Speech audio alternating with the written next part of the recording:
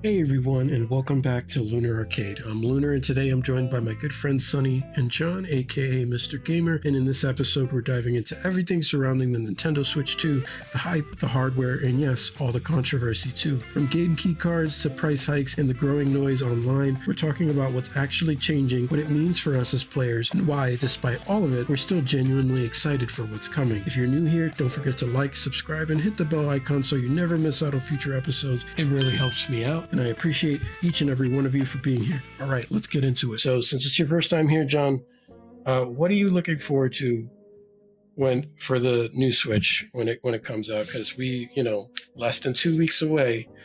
It's right around the corner. I know we're all getting it, so I'm wondering what you're interested in and what you're gonna get out of it. Performance. It's all about performance, I originally bought the Switch 2, the Switch, sorry. Well, that was another story, buying the Switch 2. But when I first acquired the Switch 1, longtime Nintendo fan. In my teens, I remember Super Mario Brothers, getting my first NES, which is back there, and just really having a ball. It pretty much saved my life, my early teen years, because, it was so tumultuous with my own personal life. So, buying a Switch 2 was a no-brainer. I've got every console that Nintendo has put out, and so why would I skip on the Switch 2? But performance is the big thing, because let's face it, I passed on so many titles that I could have had on the go with me, even though I mainly played docked, but on the go with me because of performance issues, and chose to either get them on Xbox Series X or the Xbox One and the PlayStation 5, PlayStation 4 Pro. I would get it on those consoles because, I want to have that performance. I want to have that graphical value. Now, Nintendo, of course, isn't known to have their impressive graphics, but they seem to be catching up quite a bit now with the Switch 2, which I am looking forward to that. The graphical boosts for these original Switch 1 games, of course, Zelda, Breath of the Wild, Tears of the Kingdom, etc. But I'm also really looking forward to Mario Kart World, of course. Chris, you and I were going to be playing that. Maybe Sonny can join us as well. And really looking forward to Donkey Kong Bonanza. I might be one of the few people that's really jazzed about that game, but it looks phenomenal as far as I'm concerned. Right. Yeah, I agree. And yeah, that's what I keep telling people is the biggest thing for me was performance. Like, it can do a lot. And, people are throwing comparisons out there and trying to compare it to like all kinds of consoles, Xbox Series S and, PS4 and they've had a leaked motherboard get out there already out in the wild, and they're just analyzing everything. And while that's cool, it's still, and people are like, well, it's not as powerful as a PS5. I'm like, that's fine. It's a handheld, you know what I mean? And it's impressive that on paper it's more powerful than a PS4. You can see, like, compared to the memory it has, the performance it's outputting, it's running games at 1440p, which PS4 never really did. It's usually stuck around like 1080 for a lot of games. But either way, I digress. I'm really, really happy with 1440p, even if it couldn't do 4K, because 1440p, like me and Sunny were talking about last time, looks really great on a 55-inch 4K television. When you have something running at 1440p, looks really sharp. And most people don't know the difference anyway. Everyone who went to the event couldn't even tell. They kept saying, oh, Mario Kart World is running at 4K and Zelda was running at 4K. I was like, no, it's not. But it also doesn't help that it's their first time seeing like Nintendo running games at like full res HD for the first time, which is really exciting. Yeah, running good. Running the way people wanted to for the first time. Exactly. Is it not weird that like the connotation of like, this actually is working, this must be the future, as opposed to it being the standard, at least for Nintendo. Yeah, exactly. I think that just highlights the gap in between it, though. Yeah, so it's cool to be seeing something like that now. It's taken for so long. Apparently, it was supposed to come out a little while ago, but then something happened and they delayed it for a while. But it's not necessarily a bad thing because, it gives them time to iron things out. So, and plus to develop the amount of stock that it was, they wanted to make sure everyone had enough.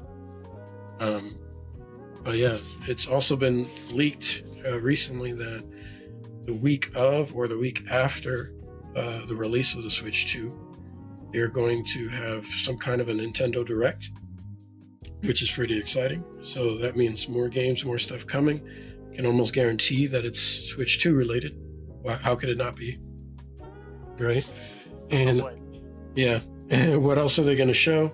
I'm sure they're going to probably still show some Switch 1 stuff because, you have to, all the gamers that are not moving over yet, because there's still some people fighting or kicking and screaming, complaining about it. But or can't find one. I mean, there are people, believe it or not, even though we were able to secure one, there are some people that still haven't had any luck because they were, I don't know, they slept late or whatever have you. Yeah, exactly. It's been like that for not even just Nintendo. I mean, look at what happened with PS4 to PS5, right? Like, how many people just straight up said, no, I'm not going to get the PS5?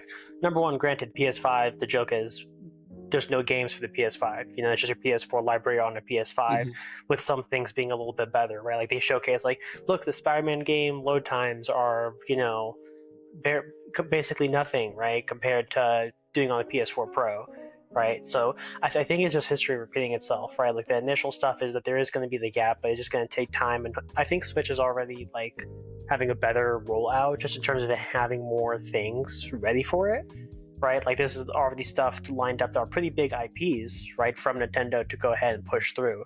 So, like, the Mario Kart World stuff, or even like with the Donkey Kong Bonanza, right? Like, really good even like the new Zelda games that are coming out. Like, those are pretty 3 heavy hitters, right, that people are interested in wanting to play more games of, and they're trying to kind of conquer both coasts, right? Let the people who still have the original Switch play it, but if they really want the best experience possible out of it, get the Switch 2. And, like, I think it kind of eliminates the room for people to start complaining about, like, oh man, this game runs poorly. I'm like, well, why? Well, because you don't have it on the right console that allows it to do the best thing possible for it. So, I mean, it's give and take, and people are gonna have to just kind of fly with the punches at that point. Yeah, and there are even games like that I held off on buying because of performance. One of them was I was gonna get the Super Mario 3D World Bowser's Fury combination game, and then I saw leaked that not leaked, but like reviews and stuff, that there was performance issues, especially in Bowser's Fury, whenever you're like moving around and the frame rate would jitter around and stuff like that. So I held off, but then I recently picked it up, and I'm holding off until, like, the Switch 2 comes out. And same thing, Pokemon Scarlet Violet, something I held off on. We talked about that last time. Didn't get it because I saw all the complaints people were having about it. So, but now they're just sitting and waiting until Switch 2 drops. So I'm super excited about that. You think that's kind of a risky move for Nintendo to do? If they've been working on the Switch 2, someone argued that this is the Switch Pro that everybody thought was going to be coming out. There's a debate about that. And so Nintendo was pushing these underperforming games on the original Switch, knowing, besides anybody else, that they were going to perform better on the Switch 2/Pro. That's a big gamble. I mean, there really is. I mean, you're really going to have Nintendo had to have really invested in their fan base to continue to put out such underperforming games, knowing that when the Switch 2 came out, I mean, it's a gamble. I mean, it really is. It's a gamble. And, I don't want to jump ahead or anything, but I think Nintendo is still taking great gambles, big gambles on the Switch 2 as far as software goes. And it's unfortunately, it's the trend that the whole market, the whole hobby is going towards, which I'm not a big fan of, but a lot of gambles, and Nintendo's famous for making gambles when it comes to consoles, especially. You had the Wii, and of course, Reggie wanted Wii U Sports to be packaged with it. And, of course they didn't, but they did anyway. And they're like, oh, holy cow, that was a great idea. Now we got grandma wants to get the Wii, and then they're like, well, Wii U. And people are like, what? you know, and it just kind of tanked. But then there, you could see it was like a metamorphosis to the Switch. So they're always definitely gambling with the hardware, but to actually gamble on we'll get better here soon is it's kind of crazy to me. I've never thought of it that way until just now. Yeah, and speaking of incorporating the game, the Wii Sports, into the original Wii, what's interesting now is without Reggie, because he was the one apparently who really fought for that. You know, there was a whole story about that. And now we don't have Reggie anymore, and they have I don't even know, I forgot what it's called, but it's like the introductory like demo for the Switch 2, the tour, yes. Which it's not even really a game. It's just telling you what does 60 FPS look like? You know, what does 120 FPS look like? What is it like to use a mouse? And it has these like it's mini like a worse games. version of the Astro Playroom thing that PlayStation was doing, right? Like when they started to put that out for the PS5, like the difference was like it was fun as a game. You know, it's like I'm pretty sure like the full version game, not the tech demo one that like came stock with the PS5.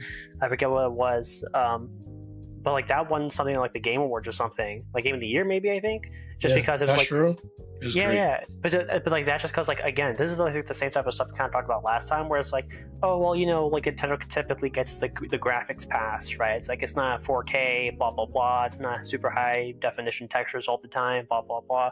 But the game is fun, right? And then like kind of like how you mentioned before, like the Wii era. It's like I still remember those commercials with like the two Japanese guys start showing up door to door around places like we would like to play, and then there's like a party, you know, and they're just playing Wii Sports bowling the whole time, but they may look like it was the sickest thing ever, right? But that was what it was about. It's about having something that anybody could jump into and then go from there. And like them kind of losing that with the Switch 2, I think it'll be a hit for people who want that kind of nostalgia factor of it.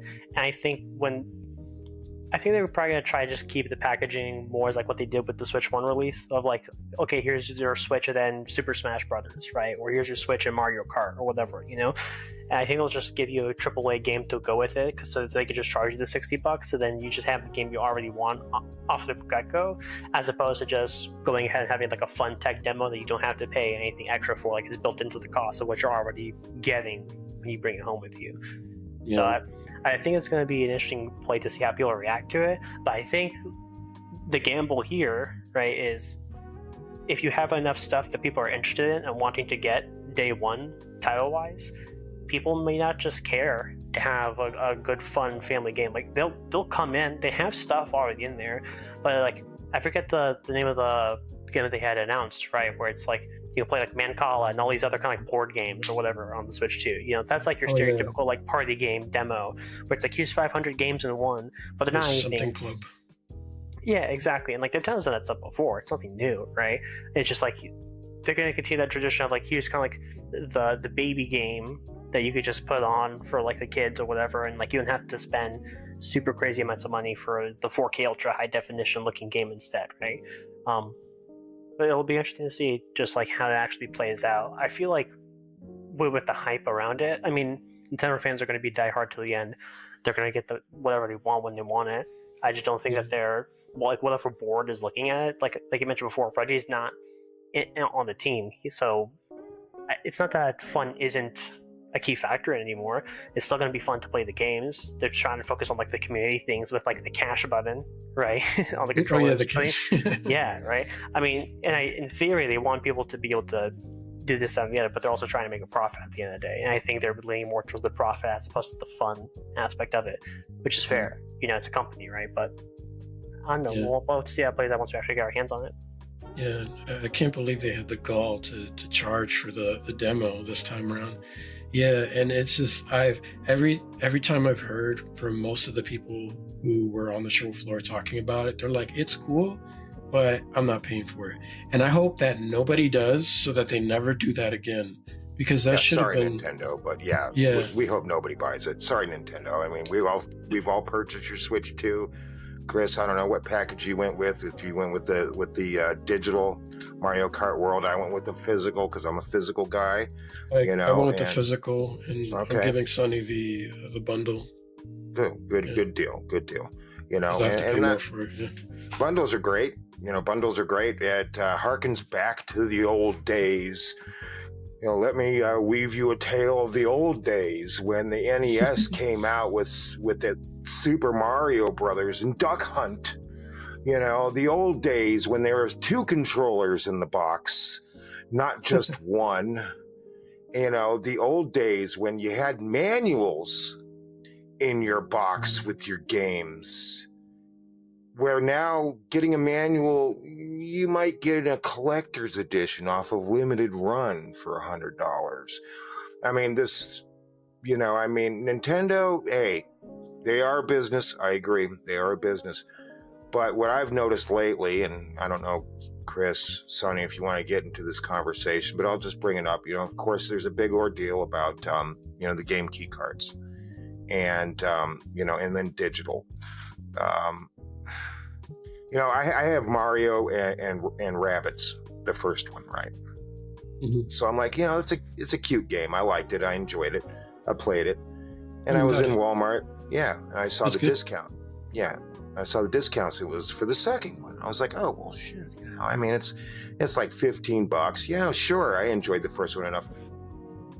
Download code only. Never mind. I guess I'll just stop with that first one until maybe one day down the road, the Nintendo Switch 3 or whatever, they decide to put a physical or something. I'm just like, never mind. I'm just not going to touch it. And so we get the game key cards, which is, it's physical and you get to download it. It'd be great if you could actually download the game to the card. That would be better. But I can understand that would be a lot of schematics that you'd have to go through, and then in order to protect it from being copied onto some other device. I get that. They have their proprieties, they need to make sure that they watch for themselves.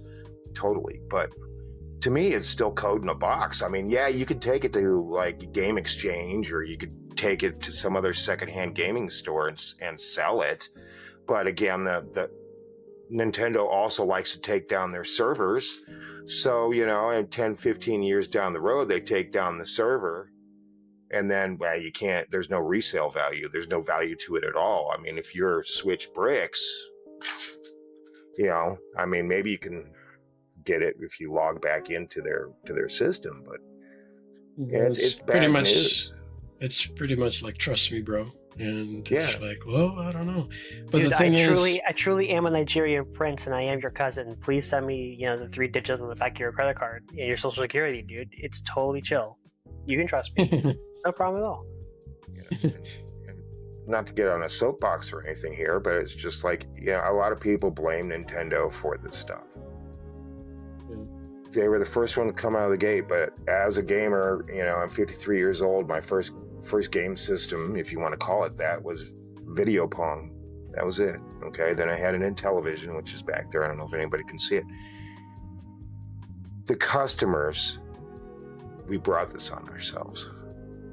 Good points of digital. Indie games. Okay. Indie games didn't have a shot at getting, under a big developer umbrella like, Ubisoft or something like that. And they get out there, okay? Well, you're going to download their game. You're going to play it on your computer or whatever other device you may have. And these studios wouldn't have had a shot, single people, wouldn't have had a shot at getting their game published. It's like Square Enix or something like that, okay? So that's the good part of digital. The bad part of digital is all the BS that they're doing now. And when I say they, I mean all 3 companies. The worst offender, which I have somewhat of a decent collection on, is Xbox. Xbox is dead. It's done. It's over. I'm not going to be getting another Xbox. I've got a Series X over here. I've decided it's going to be my last Xbox. Number one, there's no more exclusivity. There really hasn't been since Xbox 360. Let's face it. There were a few titles for the one, but meh. It really was just shortcoming. I decided at that time before they bought Bethesda, I was like, you know what? I'm going to get all my first-person shooters on Xbox. That's how I'm going to support the platform. I'm going to get all my first shooters on Xbox. Of course, that's a null point now because, everything is getting ported over to PlayStation and Nintendo, from what I understand. They're getting Halo, okay? All my Halo, of course, Xbox, because that's the only thing it's been on. So I like Doom. I love Doom. I remember classic Doom, you know? I mean, we're talking on the PC was, you know, and now they've got Dark Ages. Well, it's more like, you know, what does the Dark Ages mean? Because the Dark Ages for me was when we still had the game on the cartridge, when we still had it on the disc. Now it's before the Dark Ages. Now we're like in Neanderthal times, really, because that thing can't even be used as a wheel for a cart. It's absolutely useless. There's like what 500 megabytes on the disc for Xbox and 325 for the PlayStation 5. That's a joke. That's a joke. I understand. It's crazy because it's like people are harping on Nintendo for this. Right. That's you know, the point. Yeah. And it's like, you know, for people who don't realize this, not every game that you get on PlayStation or Xbox is the full game on the disc. You have to connect to the server to download the rest of the game. It's essentially a game key card, yet they never told you that's what it was. They didn't tell you at all. There's a little box on, it's like a Dark Ages. Read the fine print. Same thing. Indiana Jones was not on there. I was kind of looking forward to playing that. And now I'm like, nope, no buy. You know, I mean, they don't care that some gamers, not all. I mean, if you like digital, people out there, you like digital, that's fine. I don't, because when I spend money, right, I want to have something in my hand. Okay. And when I have something in my hand, I also know that not all my things are going to have a resale value. But when I die, I'm not going to be gaming anymore. My fiance is going to get that stuff. All the stuff in the back, the other stuff you can't see. Like $30,000 worth currently, okay? Not advertising, not boasting. I'm just saying it's an investment, right? And they take that investment away from the gamer, the physical collector gamer. And, oh, you're a physical collector. You never play any of those. Yeah, I do, okay? It takes time. That's why it's a hobby. It takes time. But see, if you only buy digital, at the end of the day, you own nothing. Nothing. And I know that there are all these little contracts now that they're saying online with the user agreements. Oh, well, we could break your Switch if you're doing something illegal. Hint, don't do anything illegal. Okay. And then just you know, hey, we have the right, like Borderlands 4 now, where it's like we have the right to collect your personal information from Take-Two and all that other stuff that was going on before Borderlands 4. You know, it even came up in the conversation. So it's like we're losing more and more of our purchase power. While at the same time, the prices keep increasing. And it's kind of a dark age for gaming, in my opinion. There's a lot of great titles coming out. You know, I'm super excited about the Switch 2. You know, okay, they didn't develop a whole bunch of different size cards that these you know, secondary companies or that these independent companies could put their game on.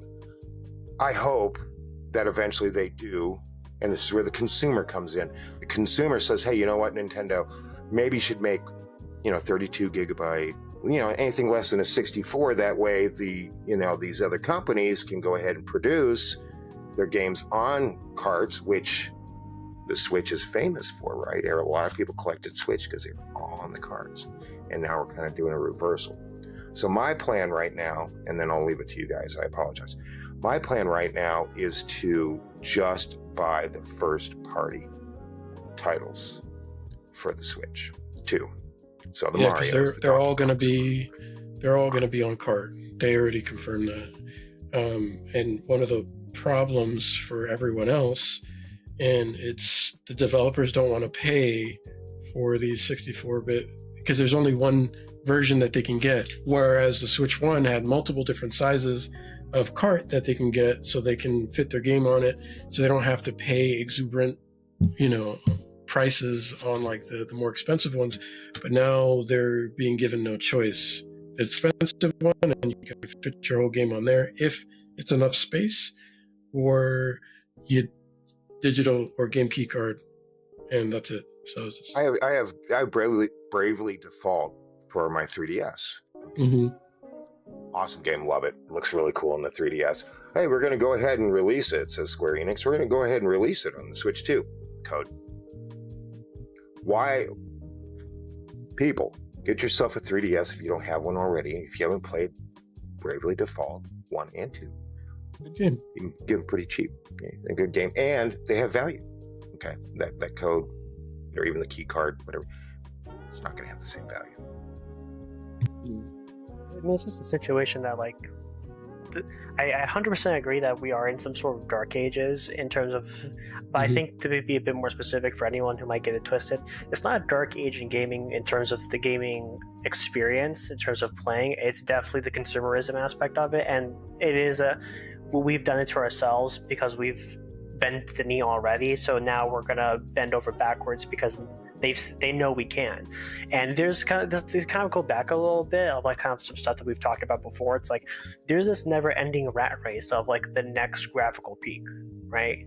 The next super hyper ultra 4K super ultra edition, whatever we want to call it, that comes next, right? But I think what we're kind of losing the plot on in terms of the industry is like this is what's making everything so damn expensive. Why is every game turning into an $80, $90, $100? Like, look at GTA 6. No computer is going to run that. No PlayStation is going to run that at the peak performance that you're seeing in the trailer, right? And if it did, everything has to go up. What you're using it on, what you're playing it on, everything that they're using, the engines that they have to use to even build the game has to improve, right? To build it up to whatever standard that's going to have to come in afterwards, you know?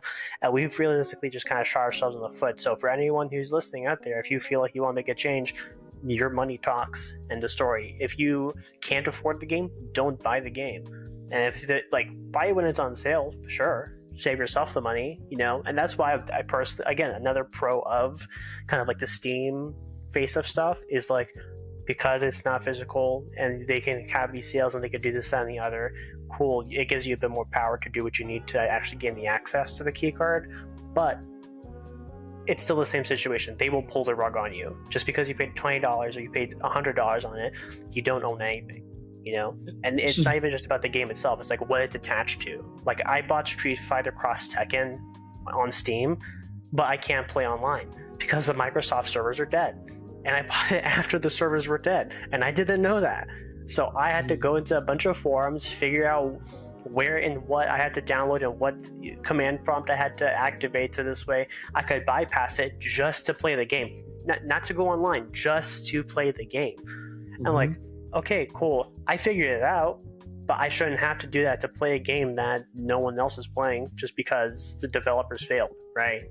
Yeah. Or like whatever team failed to make it work. But that shouldn't be the consumer's responsibility right afterwards. You know, if it sucked, hey, the game should just be up and running, cool, but don't lock it down. And I think even that game specifically it was Microsoft Live. That's what it was, and that's dead. You know, and that's transitioning that to everything Xbox. Xbox has already been dead for, like we've mentioned before. After the 360, I didn't consider Xbox as a part of the big three. You know, it's like I would have thought the big three at that point was PlayStation, Nintendo Switch, and then like PC, you know, because PC just gives you such a wide variety of everything else through the digital realm. It's not even just Steam. It's just like we talked about before, the indie developers aren't going to want to go with physical because of the high barrier to entry, but you put something on itch.io, right, for $5, let people support the game and let those studios build and everything. There you go. People can start making themselves in the name in that community. But to make that extra jump to do something else, it's such a Hail Mary. There's few developers who you can count on your fingers who've made such a jump in that space, right, where they can really take their game and elevate to something else. Toby Fox is the first guy who comes to mind. The people who made Stardew Valley come to mind, right? But it's like there's so many games that like are so great, but they still get shafted. Where it's like the only way you can get some sort of physical copy is like you mentioned before, limited run. Like I have Scott Pilgrim vs. the World, the video game, through limited run. I could never get that, you know, in any way, shape, or form, in any other way. And that has so many cool things. Like, to kind of again go back, I don't know why we bailed out on making like the physical media cool, right? Like when you buy a game, it should come with cool stuff in it. I like that. I like manuals. I like posters. I like stickers. Anything else, just something, you know. And like I remember, like I have a copy of Tekken 3, and in there is like a booklet that talks about all the characters, you know, and all the secret stuff that you wouldn't know about these people unless you read it off Yeah. of somebody else, off of like some sort of Game Facts magazine, right, back in the day. But like nowadays, nothing. And granted, it's the internet age. You could just look it up, figure out why Heihachi likes tomato soup for some reason. Who knows? Who cares? You know? But it's like back then, it's like if you knew that, like that was the difference between being like a bigger fan and a casual, right? In some certain scenes, you know? But it's like, Yeah. I don't know. I feel like overall we've kind of just lost the plot, and they've kind of just bent us over backwards, and we're like, more, please. And now it's just Yeah. going to keep happening. So it's like, spend wisely, play fun. Just Also, look out for yourself on that one, man. this is also why, like, if I, before getting anything on Steam, and it depends on the game, if I always cross-reference whether whatever I'm looking at on Steam is also on GOG, DRM free. When you buy the game on GOG, they give you the files. The files are yours. I could say, hey, John, do you want this game? And then I can also give them to John and he can enjoy them because I own the files, which is great. So if anytime I see that on GOG, I usually will wait for it to go on sale on GOG, especially if it's something I really want. But to get things back onto like Switch 2, we were talking earlier about Duskbloods, and apparently Duskbloods is not what we thought it was. At least I missed the memo, because apparently it is a PvE / PvP type game where it's more like you're, correct me if I'm wrong, Sonny, you're selecting characters. You're not actually creating your characters like you would in like Bloodborne or anything like that. It's pretty different. It's specifically PvPvE, where up to 8 people play as a group of characters called the Bloodsworn, which are like vampire-like people who have different abilities, who are able to go ahead and compete for something what's been labeled as the first blood. So it kind of, just hearing that description alone makes me feel like there's some sort of like capture the flag type of gameplay loop. But it's it's a really weird direction, because all the aesthetics and everything that screams off of here, like we're looking at the trailer again here. I mean, this is Bloodborne 2.0, right? But now we're all kind of finding out this is actually a Bloodborne -1.5, actually, because we're quite going in the opposite direction with everything else. And I get that there's earlier footage and whatnot, so it's like don't take what you see as final product, right? But like I like the designs and the markings and all this other type of stuff, and like the environments of the world look pretty cool. But I'm like, like this screams to me this is a From Software game, right? Big cathedrals, menacing looking buildings, and all this and that. Yeah, and it just, of course, it's like there's a big part of me that's like, I'm not getting this because of that reason, but at the same time, I'm also gonna wait to see what happens. Like what does it actually look like when people are actually playing it? Because this is, tailored to look interesting. It's the cutscenes, it's the best parts that will draw you into wanting to investigate further, whether to see whether this game is worth your time or not. But, I'm going to wait to see what happens. But based on what I'm hearing, I don't like the sound of it. So, but of course, I'll see what happens when we get there, because it may be fun. Maybe I misjudged it, but on paper, it doesn't sound like something that I want. And like the designs here are so like Bloodborne coded, From Software coded, and everything, right? And I love it. I enjoy the aesthetics, the dark fantasy imagery in here. It's like, I think there's like one shot where it's like a gigantic moon with like wings and stuff, and it's like a mix between something out of like Fear and Hunger and like Majora's Mask. It's just like I love the way that this looks in theory, but like when I read more about like the gameplay loop of this, it's like it's a point-based system, right? Where you're going through and doing 4v4, I think, or 5v5, and you're just trying to get points by hitting achievements. So like this is like, what's the best way to describe it? Is like, this is Bloodborne meets Overwatch, right? Like here's a bunch of random objectives that you can do, but you can work together and stuff, and then that's that. And I don't know, I think when you have like such a heavily dense looking environment that has a lot of details and a lot of cool stuff that you could possibly do with it. I mean, like, From Software's always been about, like, we're going to put lore in everything except for what's right in front of you, right? So it's always about, like, find these weird items and look at their item descriptions and then follow the breadcrumbs from everything else that you find from there. And then, like, there you go. And, like, it's all really great written stuff. Everyone enjoys it. That's, like, a core part of, like, what these games are. But it just really feels like they're just taking the label, right, and just slapping it on an entirely different game. Right, Bloodborne aesthetics, but this could have been Splatoon, honestly, right?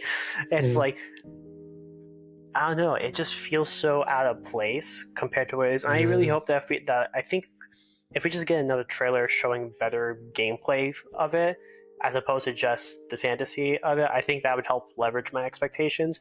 But I'm in the same boat as, like, when we kind of talked about it earlier before starting it. It's like, it's kind of on my no list at the moment. Like, I'm not going to spend the money to do this, especially for something on the Switch that's already going to have, like, insane barriers of entry for the online services. And to do that, it's like, and again, you're going to have to rely on the chat to work with these people, right?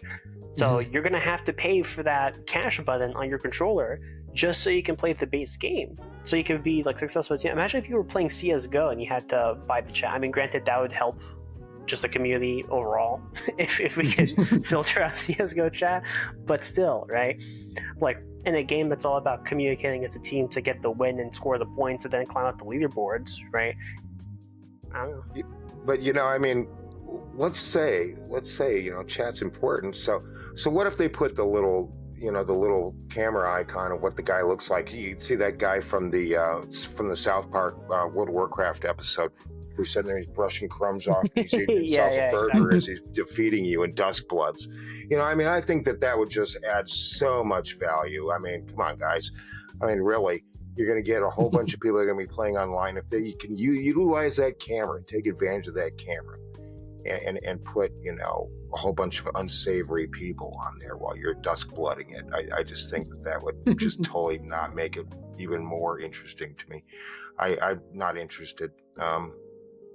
It was such a bait and switch too, like, to just show that everybody was like, Switch, oh my god, it's like, here's a really cool looking game, and it's like, okay, actually, JK, it sucks. JK, this is the garbage. Be with the loser. You're mad. Bait and switch 2. Yeah. It's such a bait and switch 2. That's the name of the episode. Yeah. That's it. Right. Bait and switch 2, right? It just, because it got me. I was like, oh my god, they did it. They're doing, like, a Bloodborne 2. Like, oh my god. Everybody thought that. Everybody, like, shat themselves. They're like, oh my god. And then it's just like, oh, actually, you know, so. Well, yeah, I mean, it's kind of like a similar reaction I had when, like, during the Direct, where it's like they showed the Bravely Default trailer, and I did not take it as Bravely Default. I thought it was the Final Fantasy IX remake. I thought it was Princess Garnet instead of, you know, the other character. And then the moment I saw it wasn't her, I was like, I'm just gonna turn the Direct off. I'm good. And that's pretty much how I'm feeling about this. I think if I got any more information and just kept being like, here's Overwatch, you know, 2.5 with the Bloodborne aesthetic, I'm out. Hard no, I'll pass. You know, I'd rather wait for something more interesting to come in and kind of, like, actually be fun and kind of maybe, like, change this kind of environment up, because I'm kind of tired of, like, these pay to play games. You know, it's like, and not in terms of, like, playing the game. You know, don't pirate kids. You know, but still, totally do. But, you know, I don't want to have to go through it and pay for another subscription to another thing over and over and over again, especially if this is going to be a live service, which I think there's a high probability that might be, because that's just such a popular service model for a lot of games that are coming out. I just don't think it fits all the way with Nintendo's usual moves that have been successful. I think anything else that's been like this similar has kind of died on its legs, you know? I don't think this is a worthy hill to die on, because I think maybe this is going to be the domino or the hay that breaks the camel's back or whatever. People are going to see this and it's going to fail, and then people are going to be like, well, okay, well, there's no point in making it a Dark Souls 2, right? Or something in this, because they're going to just interpret that people don't want this. In reality, it's not that. It's just that we don't want this specifically. We wanted something completely different that we don't have to pay over and over and over again. That's just me. Yeah, I also think that where the Switch One really brought to the space that this is something I'm excited about, because when the Switch One came out and the OLED and everything, after some time, a lot of developers were actually saying, hey, people really want to play these games on the go. So what they started doing was all these developers started going back and bringing us games that came out a long time ago, just so you can have the portability aspect of it. And I thought that was cool, because you were seeing games that were much older that I never thought would get, like, a second chance, or like an HD remaster and stuff being brought to the Switch, which is really nice. Legend of Mana, things like that. And now that the Switch 2 is coming out and it's right around the corner and it has a lot more power, it's going to start bringing, other stuff that they probably had ideas for, but they couldn't because they knew they didn't have the power for it. But now that they do, I think we're going to see a whole lot of like older games that need like spit shine, just like, and then they're going to bring that over, and I'm for that. You know what I mean? It's going to be kind of a weighing option though, because again, it's what's going to be on keycard, what's not going to be on keycard. Is it going to be a limited run games? How's this going to work out? I'm really disappointed that Raito, because that's Raito's coming to the Switch 2. Kuzunoha, and it is not going to be physical. Even the limited run games version is not going to be physical. It's going to be game keycard. Goes against everything that company is supposed to stand for. Doesn't make any sense, but yeah. Cash rules everything around me, cream. Dollar bills, y'all. And collector's editions. We'll get to collector's editions, which I'm not even going to talk about the Doom 1 and 2 collector's editions that Limited Run had. But let's just talk about collector's editions in general. Now the new thing is it doesn't even come with the effing game. Oh, you get the statue, you get some, you get a book, you get a soundtrack. They usually come with the game. Now it doesn't even. Now they're not even doing the game with them anymore. Expedition 33, collector's edition is getting reprinted or it's coming out. Whatever. It's a fantastic game. I haven't played it yet, but I want to. I'm going to get it eventually. But the collector's edition does not contain the game. Death Stranding 2 collector's edition does not have the game. Of course, Doom, the Dark Ages. If it does have the game, it might as well not have the game because it's not on the disc anyway. So, now we're paying like $175, $200, some less, some more, for collector's editions that don't even have the game in it. Man, and like we just keep saying, can I have some more? And they're like, no, you can't have more. Actually, we're going to take out the soundtrack now. And next time we'll be like, well, we're going to take out the statue, but you can still buy the statue separate for another $300, and we'll be like, this is so good. The game, you guys are awesome, Xbox. I'm so glad that you don't have your own console anymore because you guys are quitters. And now you're putting everything on all platforms, and now I get to spend more of my money that I don't have. Meanwhile, Nintendo's the bad guy. And let's not even start talking about the tariffs because that has nothing to do with it. Now, I've heard one complaint a lot of times online, and I'm not going to get political here, but when people say, well, I live in England and we ain't got the tariffs, how come I got to pay so much? Because America kind of sets the sales. Okay, you have Japan and you have America, the user base, the seller base, the buyer base, the market is more locked in those regions than they are in Australia or Britain. Sorry, that's just the way it is. And so when these companies raise prices on their hardware, when they raise prices on their software, they're going to deal more with, they'd rather deal more with the backlash. And no offense to you guys at all, because, we're all gamers. We should all be united, especially when it comes to money, right? But they're going to look at the per capita gamer ratio compared to like United States, Japan, and Australia in Great Britain, in Germany, etc. Okay, and so in a way, it is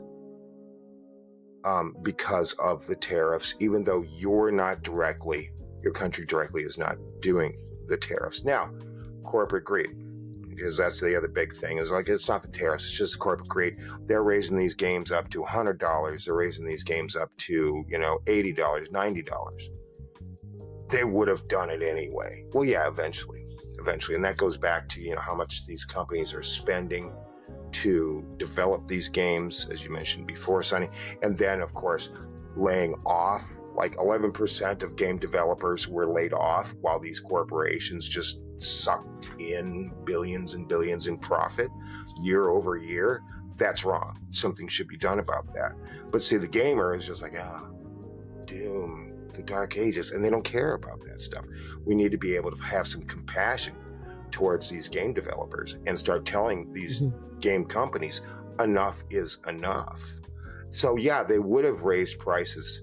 Of course, they've been doing that for decades. Okay. But the thing is that this was kind of like one of their excuses. Well, it's a valid excuse, but it doesn't mean they still have to.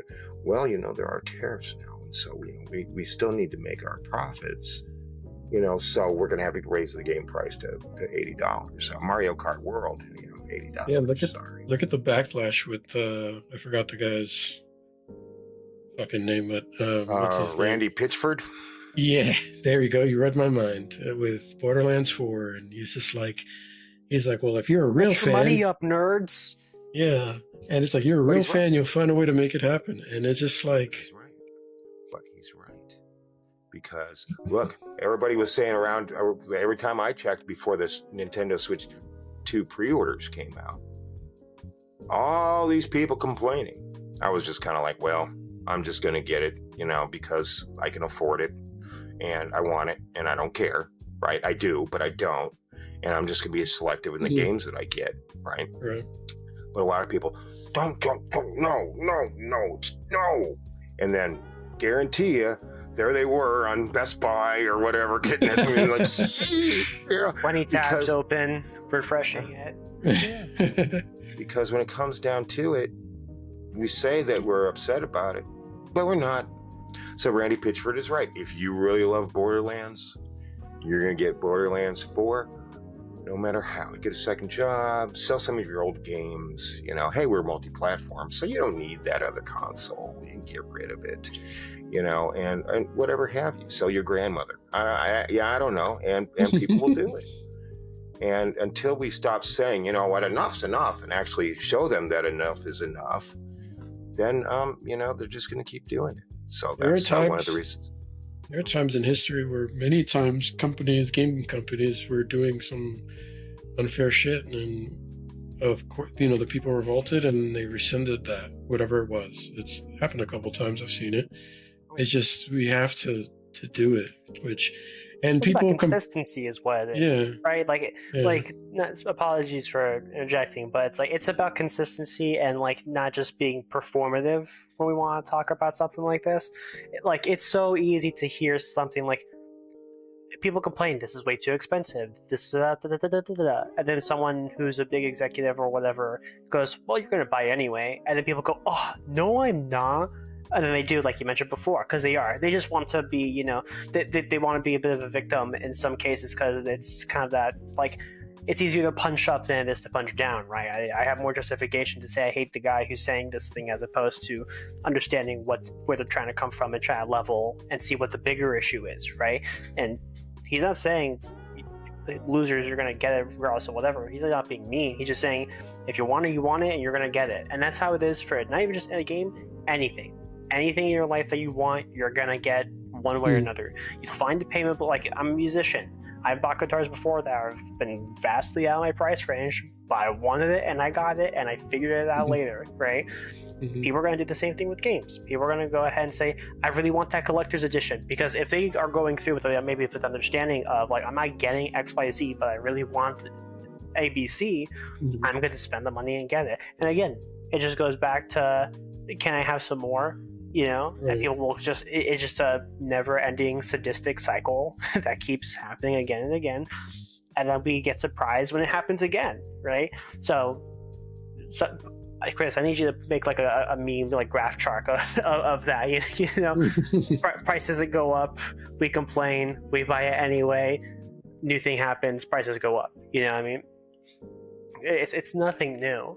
I just think that it's for the moment. It'll pass. The new standard will be $80 to $90 games, and then once they get up to 100, 120, then we're going to complain again, right? And it's like people are complaining about the price now. It's like games back then weren't cheap either. You know, Yeah. It's like if you like look at what the rates were back then to what rates are back now, it's typically still at the same price point. Video games have been expensive since they've been around, you know, because it takes a lot to develop this type of technology to give you this type of entertainment. And there's no other entertainment platform or industry like it. There's a reason why when we look at like video game movies, like 8 out of 10 of them are always going to be bad, right? It's because when you play the game, that experience is way different than when you're just sitting there watching someone's interpretation of a game that they have never probably touched before, right? Yeah. And every now and again you get a good one, but still it's a whole different, like, it's not a great batting average, right? And going from there, we're just going to see it happen again. You know, again, unless you speak with your money, unless you don't buy the game, unless you're willing to miss out on buying the games, right? It's like, hey, I used to watch just YouTube Let's Plays. Shout out to the Rad Brad, because I grew up on everything that he posted, because he would play every game that I couldn't buy, because I was like 10. And I was like, number one, my parents are not going to let me buy Saints Row 3 and 4, right? But I could watch somebody else play it and then just know what it's like and enjoy the story, you know? And then maybe one day I can play it when I can afford it. But if you genuinely feel something about this culture needs to change, make a change, be a part of it, and like try to actually be there for the people. Like Xbox, what was the name of the studio? Tango Software, I believe. The ones who made Hi-Fi Rush. Great game. Such a unique style, such a unique form, and just like the writing is so good. It's just such a good, fun game to play. It's so good. I recommend it to anybody. Like especially if you just like music and you just like fun time-based mechanics, maybe kind of like some Devil May Cry sort of combat systems where it's like cool combos and everything else. And it's like it's not cringe humor, but it's like it's a bit like cheeky every now and again. Like if you look at the aesthetics and you're like, that looks cool, you're gonna like the game. Independent studio basically make a 10 out of 10 hitter, put it out, did super well. Xbox laid off the entire staff after they had acquired them. Now, eventually, I think they either brought back the studio or the studio themselves brought themselves back in some sort of way. So, like, they're going to still make cool stuff, but they got kicked off to the wayside. And it's not like people need to understand, like, you have more in common with, like, the lower indie developers than you do with the big guys. So, like, if you're going to support people, support the people who are closer to your level. Show them that games can just be good and at a more affordable price point as opposed to the people who are just going to push you to slop. I mean, like, Duskbloods is going to probably be like $200 out the gate, and all we got is like 5 JPEG images and like a fat dude on a hoverboard. I'm like, go to Miami. You could get all those things for cheaper, right? I don't know. I think day to day it's going to be fine. It's not the end of the world. You know, but it's like when you look at all the things on the pinboard and you start going crazy about it, you're gonna get lost in the sauce before you even buy a game, and then you're gonna be like, oh, dude, they just put Doom inside of a PDF file. Download, play. The most fun you've ever had because of something ridiculous. You know, that it doesn't have to be all bells and whistles. There's just gotta be something genuine from the heart, for me at least. You know, It's like my favorite games are games that like can really tug and hold the heartstrings and make you have fun at the same time in one way or the other, you know, really pull you into something. So it's like when these companies are kind of looking at, I don't think they are really caring for the larger scale ones, but I think the indie developers are trying to like push themselves up.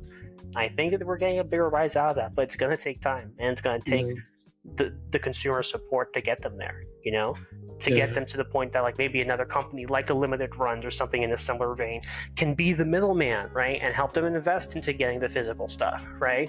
And then maybe if more things come out, like that helps them out in the long term. It's also crazy that there are a lot of indie developers who have developed games that trump a lot of like other games that you would get from bigger companies. which is really interesting, and very small teams making these really, really impactful games like No Man's Sky or like Sea of Stars, and making these really awesome, impactful games that are still around today, still alive and kicking. I mean, Minecraft started as an indie game. Yeah. And now it's probably like we could debate it if you want, but it's probably the biggest game. Probably before Fortnite. They have right? a lot, and they have a movie now, so it's just like I mean, and no comment. I haven't seen it, but Chicken jockey. Garbage out here. the other funny thing is that like the amount of people saying that Switch 2 is going to flop, yet they're sold out completely, and it's just like they're already breaking records. So that's like very interesting that people are saying that stuff. And Switch, the regular Switch was dominating, has been dominating for a while. Yeah, it was always on top. Yeah, You're gonna have two compared consoles. to, I mean, Xbox wasn't putting up a fight. There wasn't. They didn't have too much competition. PlayStation kind of shot themselves in the foot for quite a while. They were making great games. They were always number two. But it's like what beat Switch was the titles that they had, the IPs that they had were way more recognizable and way more broader. It had nothing to do with graphical power either. No, it's like there's a reason like Smash was such a big deal. It's like every single time they put out a DLC character, it's like the equivalent of like going to like a Buffalo Wild Wings. It's like packed with people who want to watch a UFC fight, right? Like it was on that level for people to see Banjo and Kazooie or Joker from Persona 5 or the Piranha Plant, just to find out who's next, because there's so many possibilities, right? And it's like they kept that momentum pretty well on, and throughout the title phase, it's like we got like 3 Splatoon games out of it, and it's like every single time those came out, like the cycle kept rebuilding itself. It's like it was always putting itself up in the hype. PlayStation had really good titles, but they were trying to be like big blockbuster movies, right? Like you had Spider-Man, you had God of War, you had this, you had that, right? And like those were all great, but it's like those are their own experiences, but to be able to take that game with you and then to play it anytime with friends, do this, do that, the other, like I think the Switch did encompass that like group aspect for a lot of the IPs and the titles that they were pushing really hard. And I think the Switch 2 is probably going to do the same thing, because if it's not broke, don't fix it, right? So I think it implements its own success and it just snowballs. That's what people wanted. That's what I wanted. I was like, God, just give me a better one. I was like, keep it the same. Just give me a better one. Yeah, and like that's all people wanted out of what the Switch Pro was supposed to be, right? People thought the Switch Pro was going to fix everything. It wasn't. It was just probably a beta test for what the Switch 2 was going to be anyway. And now here we are with it out. And now it makes me interested to see what the faults are going to be on a physical level, at least, right? Like what's going to fail under larger scale performances when we like start stress testing this with the newer games that are going to come out. For example, like that Hyrule Warriors game that's going to come out. Dude, I imagine like the moment you touch that thing, you can cook a steak on that Switch too, with how much it's going to have to go through running processes and like all the glitz and glamour to try and make it run fast. But if it can just like be super smooth throughout, I think that would be like a game-changing. Like that's going to continue to be on top, no matter what happens. Like Xbox could go ahead and put a Steam OS and all this other stuff and whatever they're doing, don't care. PlayStation could finally put some games for the PS5 Pro. Don't care. The Switch is going to be more favorable in the long term from that, just out of those big three. I don't know, but like I'm sensing some PlayStation hate. I'm sensing some PlayStation hate. PlayStation has got some great titles, man. Hey, dude, I love PlayStation. I grew up on PlayStation, but I do think that, like, out of my experiences with PlayStation, I've been let down by some of the stuff that they've done. I think overall, like, PlayStation Online has kind of just sucked for me. I think their services aren't really that great, And I mean, granted, like, Nintendo didn't have anything as great either. I just think it's like, if I compare my time playing PlayStation 4 and 5 compared to playing just base Switch, I just had more fun playing the Switch. Doesn't mean anything from PlayStation was bad. I still have a lot of games I play off of them, but I just feel like the novelty of like what brings me back to being a kid again, right? what heals you the inner child, right? Is it going to be a PlayStation or the Switch? It's probably going to be more on the Switch for me. See, and some people are different. Like myself, I've, as I stated when we first started this episode, was, I didn't really play too much on my Switch. Actually, if one were to count how many PlayStation 4 or 5 titles that I have in comparison to Nintendo Switch titles, yeah, they're like 10-1 PlayStation. And I'm one of those, maybe it's because I'm an older generation, I don't know. I don't mean anything disrespectful about that at all. But, when in my age, range, when video games arcades first happened, and when, consoles were first at home ever, like the Atari 2600, the Commodore 64, et cetera, by Intellivision. The only competition you may have is a 2-player game that you have somebody sitting with the controller next to you, couch co-op, right? And everything else was a single player.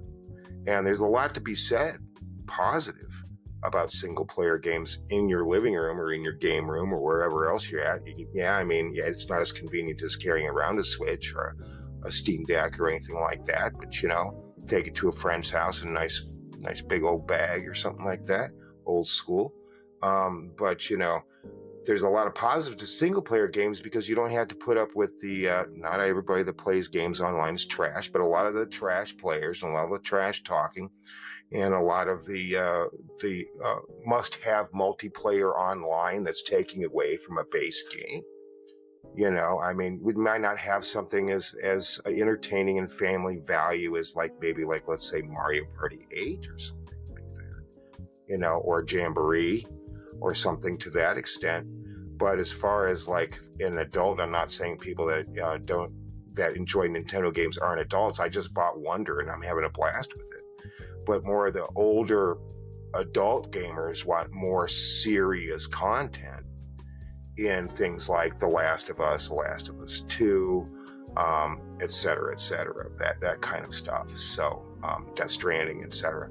So, it all depends on what one wants to play, I believe. And I have found that in my collection, because, I was out of it for a long time, because of life and everything else. And then I finally have the means to be like, you know what, I'm going to relive my early years and continue with, start playing games again. I'm going to start collecting. That PlayStation 3 and PlayStation 4 were my go-tos. They just seemed to have the best titles at that time. And when Switch 1 came out, man, I was right on it because I wanted to have that Mario experience, Odyssey, etc., Smash Brothers, enjoy it, and all those titles. But again, I go back to a lot of the games that weren't Nintendo proprietary titles.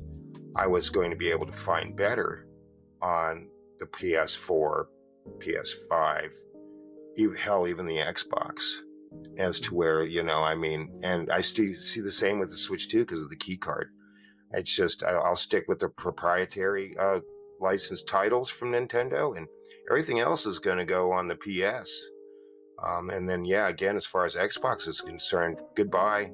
I have a Halo Green Xbox, OG Xbox over there. I've got a Japanese a Japanese Xbox 360 for my STGs, my shmups, and other imports that I wanted to get that only came out for the Xbox in Japan.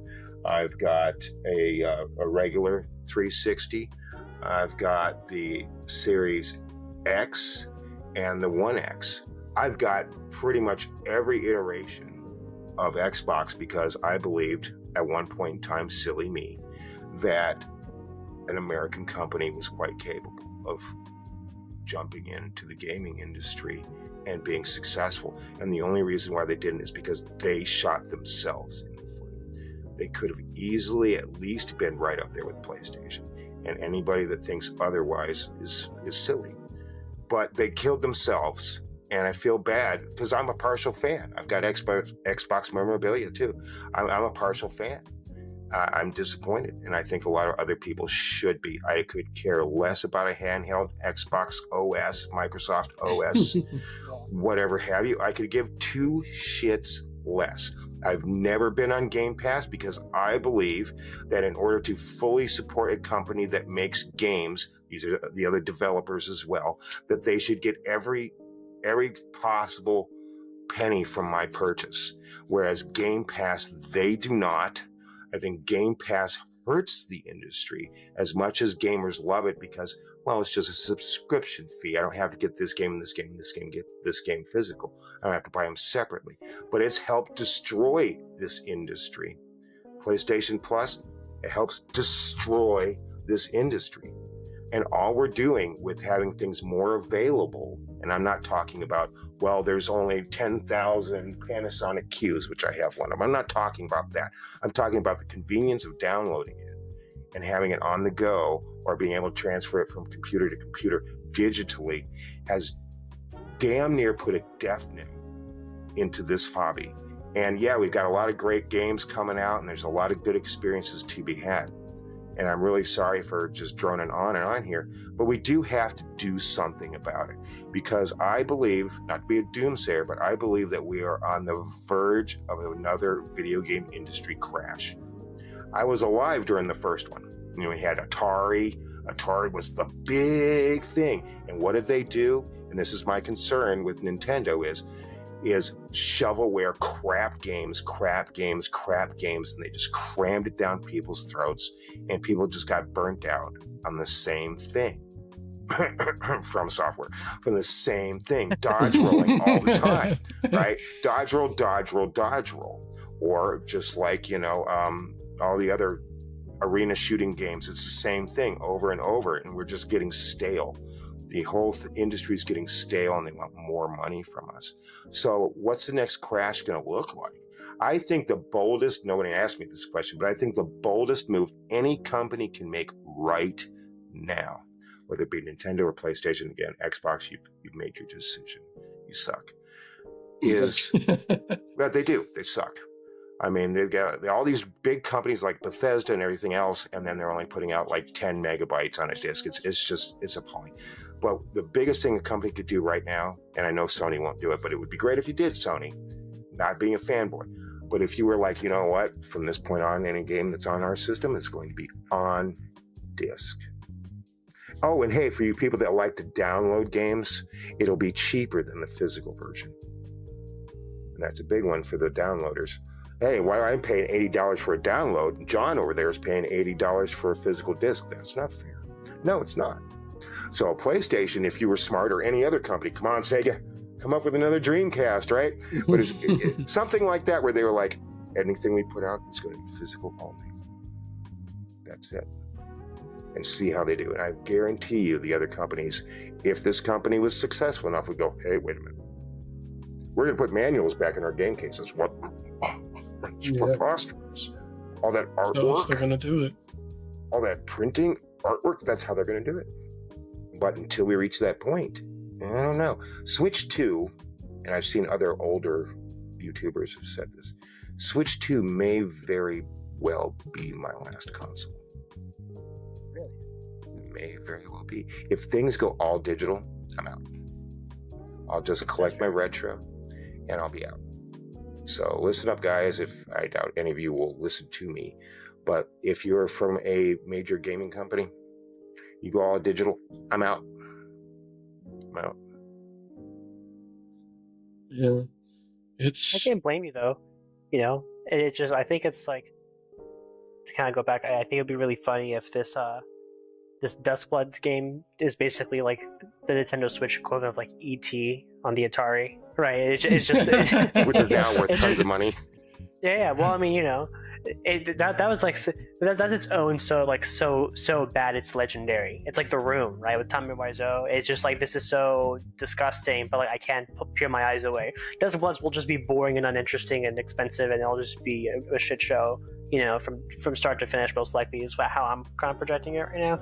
But like, again, I think that maybe that was kind of something that Sony was trying to do. I don't think it is. I think it's probably more the opposite way of thinking, of like releasing the PS5 version with the disc and without the disc to kind of like help kind of push it there. But I think it was just their way to try and make a cheaper variation, right? It's like, we don't have to, you know, you're not paying for a CD drive, so you're not buying this, that, the other. So now we can, you know, here you go, and a story. But I still think that just hurts you. You know what I mean? If you just continue to go through with an all digital platform, because there's no guarantee. You're signing like no one's reading anything in terms of conditions wise for anything else. We never do, but it's always going to be written in there that we can do whatever we want to you with this game. We still always have the full rights to rip it out of your hands, even though you've paid your hard-earned money to go ahead and get this taken care of. And the only way you can preserve that right is to have it physically in your hands. You know, there's very few games that I've like been able to get my hands on physically because I wanted to like have that forever. A lot of the other games I'd end up getting was like, I'll spend the $10 to get some whatever game to play with friends, and that's that and the other.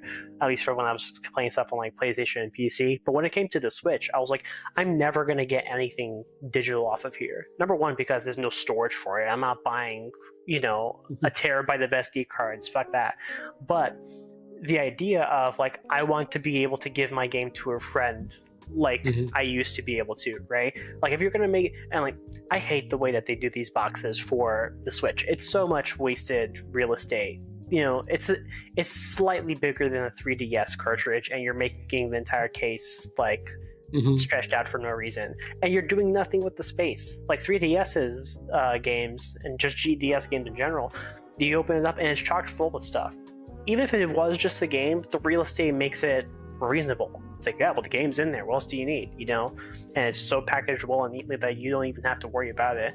And like realistically, there's still a lot of games on the 3DS that just like honestly kick more ass than what's been put out for some of the Switch stuff. I'm not a big fan of the Switch 2 cases. I'm a fan of the color. I feel like making it red makes sense because then you can now distinguish what's what.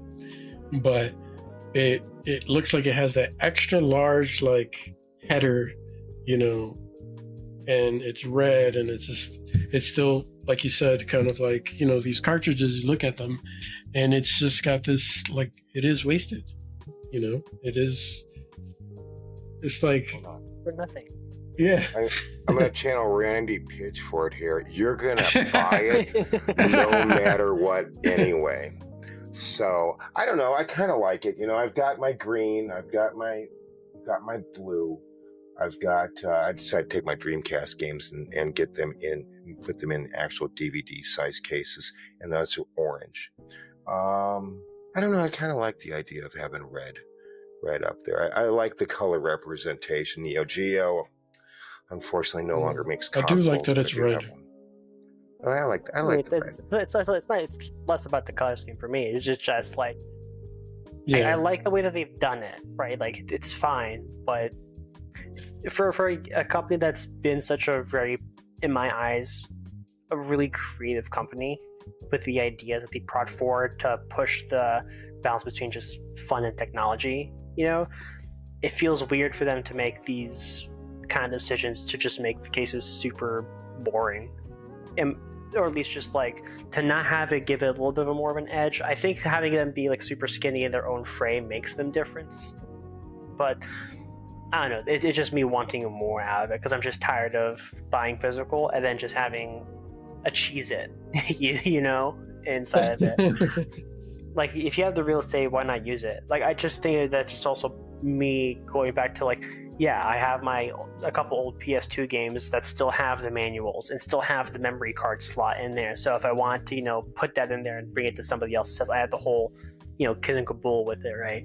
But it's like now they don't care because they want you to probably should be more on the digital end anyway, so it's just on there, and then they could just have the right to rip the rug right under you, as soon as they can, when should anything else happen. Yeah, it's a lot of changes coming, a lot of things that are undesirable as well. Things I'm happy about, things I'm not so happy about.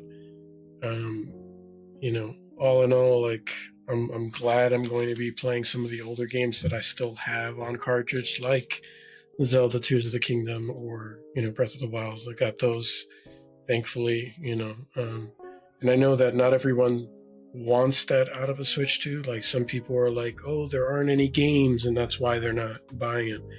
But to be fair, I never wanted it to have like new games. That's just me. I never wanted to have the new games. I just wanted to play the older games that just didn't run well. You know what I mean? So I wanted them to just work. I think that's a 50-50 thing, though. Like, Yeah. because as much it depends on the game, right? Like, for Right. example, like if I go in like the first Hyrule Warriors game, I think that would be a really good example to like be able to like push it to the limit, or like maybe a game like Splatoon. I think that would be really cool to see like how things would be smoother. But I they're think for working on maybe that, huh? something like what was it? Like the Pokemon game that we were looking at like last time. I forget which one it was. Where it's Scarlet like, Violet. yeah, it's like, okay, cool. Like the new stuff that they put out show like render distances are going to be better. It'll have a bit more details here and there. But I think the big thing is like if the design of a game has flaws, higher performance is only going to highlight those flaws on a more bigger scale. That's just technically speaking, right? If you have bad texture mapping, drop distance is going to make it look fine because you blur it out anyway, right? You don't have to stretch that picture out so much. But then you get closer to it, or like you're in that same distance and it's pulling more of that data, it's reading what it's supposed to look like. Congratulations, you get to see how bad it really is. It's like the equivalent of like when you played like the original Silent Hill, right? The fog is there to hide the rendering, so they can do its own thing, and like it's an aesthetic choice, but like that's the beauty of like working around limitations and being creative about it, right? If you took the original, it's like that was like the problem with like some of the remasters that they would do of like the older games, right? For like 1 and 2, where they would try to do it for like newer generation consoles, and it was too powerful that it couldn't really emulate that feeling, right? So the fog was just bad. It was either too heavy or like so thin that you would see what was being rendered right in front of you, and like you'd have that constant like clip clip clip clip clip kind of effect, like as you're running around the space, you know? So it's by developer. Yeah, exactly. So it's going to be case by case. I think overall, like, yeah, you put a bigger engine in a car that's more powerful, it's going to run better, right? Once everything aligns. But it's also going to highlight any problems that you already have in there if you didn't fix that up first. You know what I mean? Like, I'm not going to load up Trials of Mana and be like, all right, baby, let's go. The 4K frame rate. I'm like, oh, why is everything only 10 pickles? Yeah, and just for anyone who doesn't realize yet, I know that people who already know this, but it is really interesting. And then after I say this, we can bring the episode to a close. I know we've been talking for a while, but for people that don't know, the Switch 2 doesn't have any of the Switch 1 hardware in it. So they had to come up with a way to get the original games to work, at least as many of them as possible. And it works similarly to how a Steam Deck runs its games, where it uses a translation layer, where it's translating the code of something to something that it can understand to then run the game. And so it's like half emulation, half hardware stuff going on in there. And it is going to take some of the older games, and games that have dynamic resolution are going to be able to hold like higher resolutions longer, so they may look better. I don't know how that's going to scale or work on because Switch in handheld mode is 720p, so I don't know how much better it would look. It'd probably look all right on a 1080p screen, but it's going to be able to hold those resolutions. So it's going to be interesting to see what games look like, especially if they don't get any updates. If you're just running it straight off the Switch 2, there's no plans for updates, anything free or otherwise, and you're just running a game like Xenoblade. Xenoblade 2 Please do had Xenoblades, guys. I hope you gotta do this. I pray. But Xenoblade 2, especially in some cities, the dynamic resolution, even when you were undocked, would tank, and you would. Yeah, it was just blurry Vaseline just all over the screen. I love Xenoblade Chronicles 2. Yeah, it is a really good game. I highly recommend that one. But Xenoblade 3 and Chronicles X, I'm going to be playing on the Switch 2. I actually paused playing X so I could see how it runs on the Switch 2 and continue from there. So, but any final statements from you guys? Anything else you guys want to get out there? For me personally, I don't know. I think we're going to be okay. I like to be optimistic. I think, as much doom and gloom as there is out there, I think there's still going to be fun games to play. I think there's going to be ways to develop people who deserve it. And, as long as you're conscious enough of what's happening around you, I mean, acknowledgement is the first step to resolution. If you truly understand that there is a problem in this sphere and you know what the answer is, follow it. But if you're going to buy it, I mean, to quote the man himself, you're going to buy it anyway. And that's not a bad thing if you want to support it, but pick and choose the battles. I think it'll be okay. Have faith in it. We'll see it through the end. It's happened before, but I think we'll get past it. Yeah. Well, it's good to end on a positive note. And yeah, I agree with both of you guys. Everything you guys have stated, I agree with both of you. So it's true, but people will always be creative and have solutions around certain problems. And there's plenty of room for reform. So I think it is what it is for now, but we're going to see some changes and we'll see what happens. And I'm still excited to play the Switch 2. I hope you guys all are as well. And if you guys enjoyed watching this episode and enjoy these topics, please be sure to like, subscribe, and hit the bell icon so you can be notified on future episodes. But with that, I'm Lunar, and I'm signing off. Take care, guys.